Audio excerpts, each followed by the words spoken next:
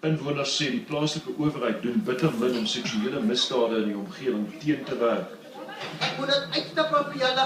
Ek is gegrief oor hierdie dade wat in ons gemeenskappe plaasvind. En dit is net in ons gemeenskappe wat hierdie wrede dade gebeur, want daar is alkohol. Die meerderheid is alkohol wat in het leef by dag vandag. Ons moet verwag, daar moet beter. Ek moet dit uitstap